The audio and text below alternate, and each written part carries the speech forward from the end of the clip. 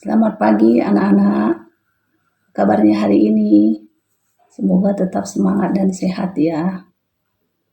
Baiklah anak-anak, hari ini kita bertemu lagi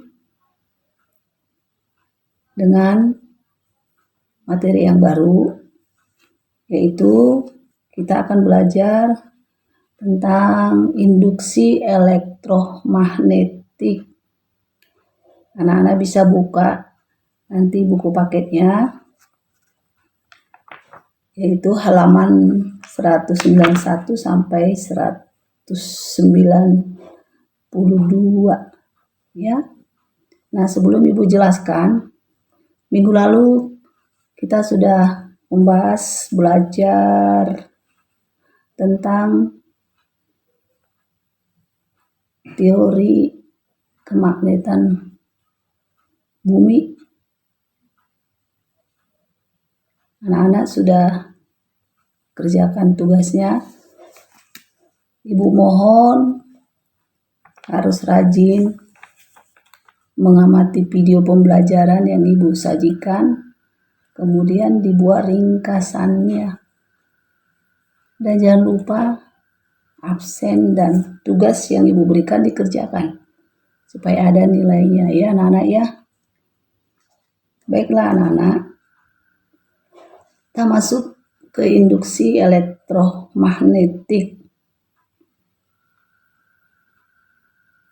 Medan magnet yang dihasilkan oleh sebuah kawat penghantar sangatlah lemah. Untuk menghasilkan medan magnetik yang dibuat cukup kuat, maka digunakan kumparan berarus listrik. Kumparan itu bersifat sebagai magnet yang kuat, disebut elektromagnet. Elektromagnet memiliki sifat kemagnetan sementara, artinya jika arus diputuskan, maka sifat kemagnetannya hilang. Seperti contoh kemarin cara membuat magnet digosok. Jika magnet itu tidak digosok dengan misalnya besi, yaitu yang hendak kita buat magnet, maka besi itu tidak bisa menarik benda kecil. Sudah Ibu praktekkan. Sama juga, maka sifat kemagnetannya segera hilang karena dia berhubungan dengan arus. Dihubungkan nanti dengan arus listrik yang mengalir ya. Nah, kumparan berarus listrik dapat menghasilkan medan magnetik yang kuat jika jumlah lilitan pada kumparan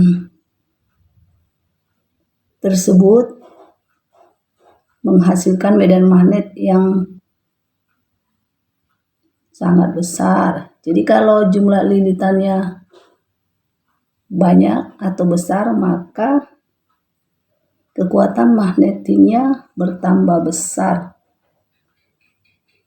Nah, pola garis gaya magnetik yang dihasilkan oleh kumparan yang dialiri arus listrik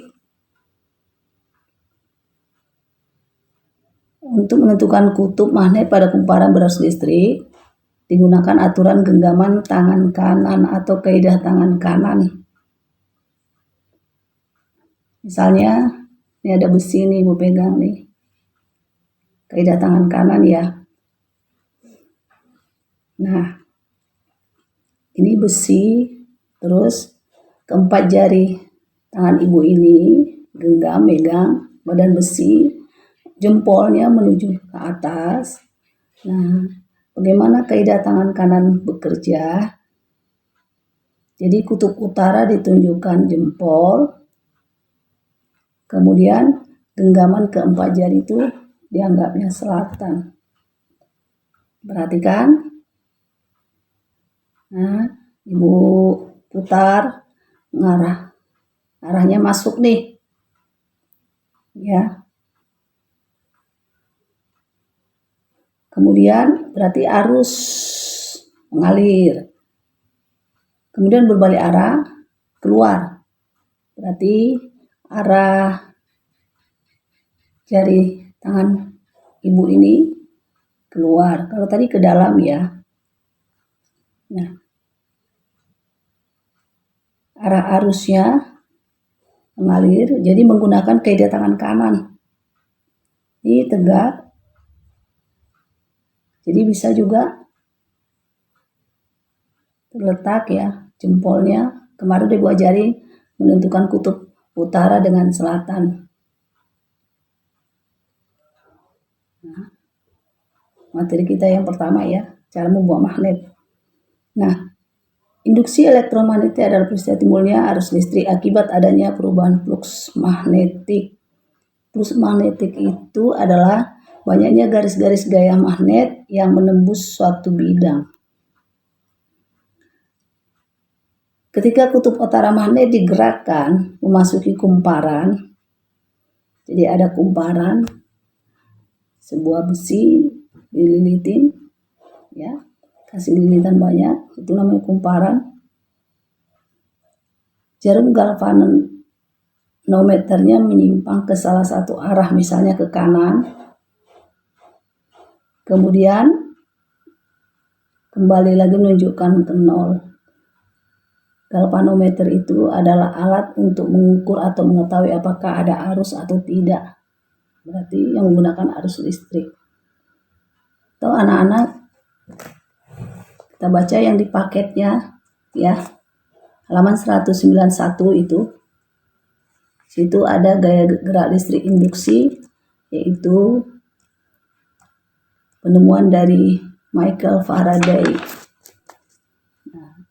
Untuk menentukan GGL induksinya, halaman 192, sama itu kaidah tangan kanan. Di situ ada alat ukur, namanya galvanometer, itu mengukur apakah ada arus. Pertama, pada saat kutub utara magnet batang digerakkan masuk ke dalam kumparan, lihat cara bergeraknya itu, perhatikan ya genggaman tangan kanannya ke atas tuh, S bawah, U di atas.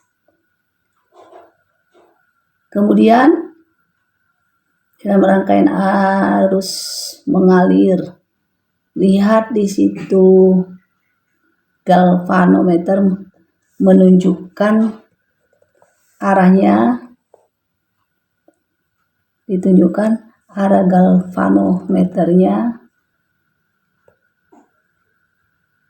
Coba diperhatikan, menunjukkan ke arah kiri ya. Jarumnya dilihat. Berarti arus listrik ini terjadi karena adanya gaya gerak listrik GGL induksi, sehingga terjadi perubahan jumlah garis gaya magnet yang dilingkupi oleh kumparan, disebutlah arus listrik induksi. Ketika kutub utara magnet batang dikeluarkan dari kumparan, jarum galvanometernya menyimpang ke kiri. Berarti artinya arus listrik yang mengalir berubah arahnya, sehingga kutub selatan magnet batang yang keluarkan ke dalam kumparan, arah penyimpangan jarum galvanometernya akan berlawanan. Nah, itu di situ yang gambar 6.17.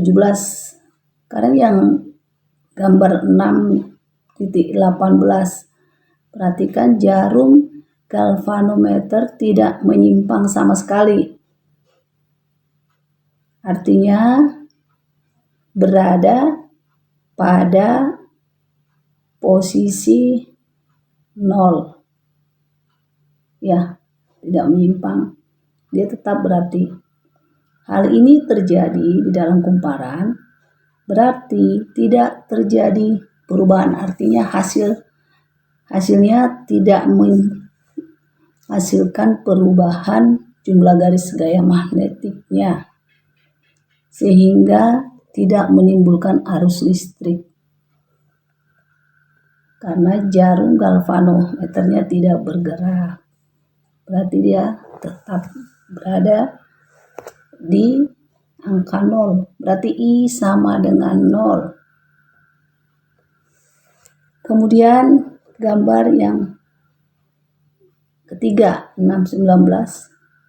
Nah, lihat di situ. Pada saat kutub utara magnet dimasukkan ke dalam kumparan 100 lilitan, ternyata jarum galvanometernya menyimpang lebih jauh. Jarumnya bergeraknya lebih jauh jaraknya daripada yang pertama tadi. Hal ini ditunjukkan bahwa arus listrik yang dihasilkan oleh kumparan 100 lilitan lebih besar daripada arus listrik yang dihasilkan oleh kumparan 40 lilitan. Simpangan jarum galvanometer juga semakin jauh pada saat gerakan magnet batang dalam kumparan dipercepat dan kekuatan medan magnetik diperbesar. Kesimpulannya, berdasarkan hasil percobaan di atas tadi, dapat disimpulkan jika GGL atau gaya gerak listrik induksi dapat diperbesar dengan cara memperbanyak jumlah lilitan kumparan, mempercepat gerakan magnet ke dalam atau keluar kumparan, dan memperbesar kuat medan magnetik. Gaya gerak listrik induksi juga dapat diperbesar dengan cara melengkapi kumparan dengan inti besi. Jadi GGL itu dapat ditimbulkan dengan cara: 1. Memutar magnet batang di dekat kumparan. 2. Memutar kumparan di dekat magnet batang. Jadi lawannya nomor 1 dan 2. 3. Memutus hubungkan arus listrik pada kumparan primer sehingga terjadi arus induksi pada kumparan sekunder. Itu cara kerjanya atau GGL, gerak gaya listrik yang disebut dengan induksi elektromagnetik, ya. Jadi di sini anak-anak, nanti kamu gambar kalau bisa digambar, ya. Nah, itu cara kerja GGL induksinya sehingga menghasilkan induksi elektromagnetik. Berarti faktor dari pengaruh GGL induksi atau yang mempengaruhi GGL induksi tadi ada faktornya 3. 1. Kecepatan perubahan medan magnet. Artinya makin cepat perubahan medan magnet, maka GGL induksi yang ditimbulkan makin besar. Ulang lagi yang lebih jelas, ini tadi faktor-faktornya, ya. Kedua, banyak lilitannya mempengaruhi. Semakin banyak lilitan, maka GGL induksi yang timbul juga semakin besar. Gerak gaya listrik induksinya semakin besar. Ketiga, kekuatan magnetnya. Makin kuat gejala kemagnetannya, maka GGL induksi yang timbul juga makin besar. Nah, itu tentang materi kita hari ini, induksi elektromagnetik. Ada cara-caranya bagaimana untuk menghasilkan GGL, gaya gerak listrik. Apa tadi faktor-faktornya? Tadi udah Ibu jelaskan. Oke anak-anak, gimana? Sudah paham? Oke, jangan lupa apa yang Ibu bilang tadi, ya. Tolong videonya disimak, didengarkan. Kemudian tolong dibuat catatan atau ringkasannya. Ya. Oke lah anak-anak. Terima kasih atas kerjasamanya. Sampai ketemu lagi. Thank you very much.